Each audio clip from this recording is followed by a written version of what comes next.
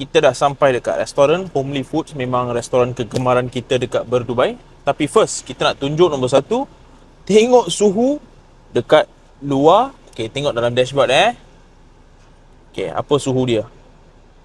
So, suhu sekarang 49. That means dekat luar 49 degrees. Semua orang pakai macam ni lah kita pakai. Sebab memang suhu dekat luar memang panas. 3 jam tidak boleh bekerja. 3 jam tidak boleh bekerja.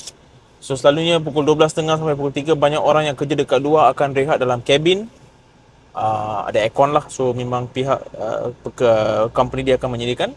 So kita daripada syarikat Malaysia tidak ada kabin di sini. So kita akan share kabin. Tapi selalunya kita datang rehat dekat luar, makan, ambil teh, relax sampai pukul 3. Pukul 3 kita start balik kerja. Okay. So jom kita masuk dalam dan tengok apa team kita order makanan hari ni. Alright, jom.